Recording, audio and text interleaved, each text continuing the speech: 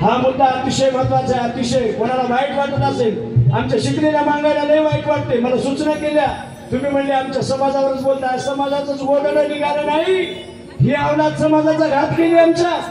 आमच्या विचाराचा बदल झाला नाही, आमच्या आर्थिकतेचा बदल झाला नाही, आमच्या शैक्षणिक चळवळीचा बदल झाला नाही. नुसतंच लोक डीजे लावून नाचतात म्हणून नाचायचं लोकांचं.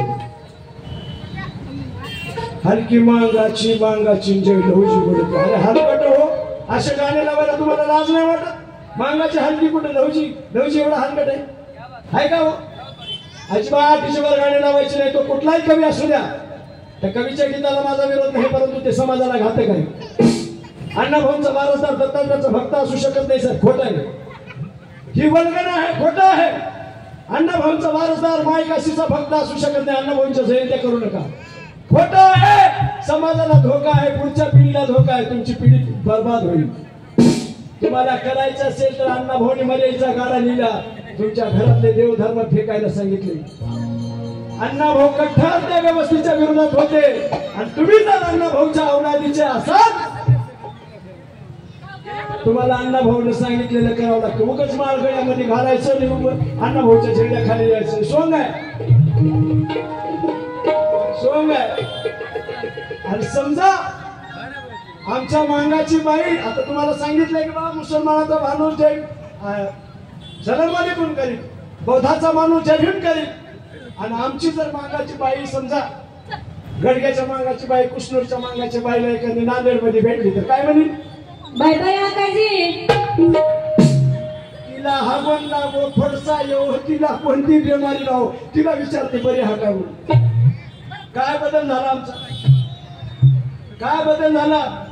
शिकलेल्या माणसांची जबाबदारी आहे.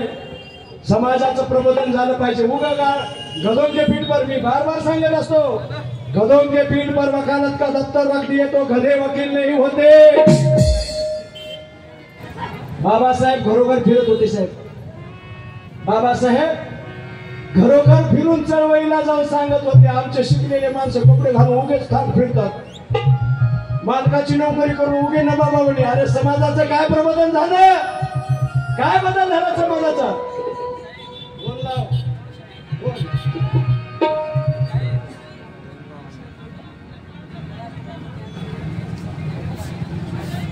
हो,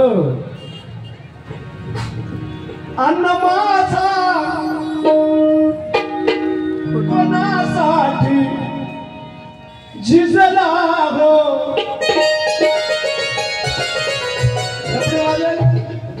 डपडे वाजव, हलक्या वाजव. मांगायला विनंती आहे की बाजे बंद करा रे. मी बाजा वाजवले, तुम्ही बाजाच वाजवू नका. बाबासाहेब आम्हाला सांगितले होते तुम्ही मार्गी करू नका, तुम्ही बाजा वाजवू नका. तुमची क्रांती झाली. पहिला बदल. फार मोठं भांडण करायचं नाही. टिकोरा घेऊन तुम्ही येऊ शकता मैदानात. गांडूची फौज तो कर बाबा, तू काय बोलत येऊ नको त्याला नका कार्यक्रमाला. अरे मी खरं सांगालो, माझं खरं आहे. माझ्या वीर माघारी कोणी सांगणार नाही. मी सांगायला फॅक्ट आहे, लिहून घ्या आजच्या तारखेमध्ये. मी सांगायलेली क्रांती, मी सांगलेला बदल होईल. मी सांगायलेलं महाराष्ट्रातला कुठलाही गायक सांगणार नाही. सांगला तर त्याची एक नोकरी करतो मी राहिली. मी सांगायलेली गोष्ट खरी आहे. अन्न माझा कोणासाठी झिजला हो. कोणासाठी झिजला हो कोण सांगते?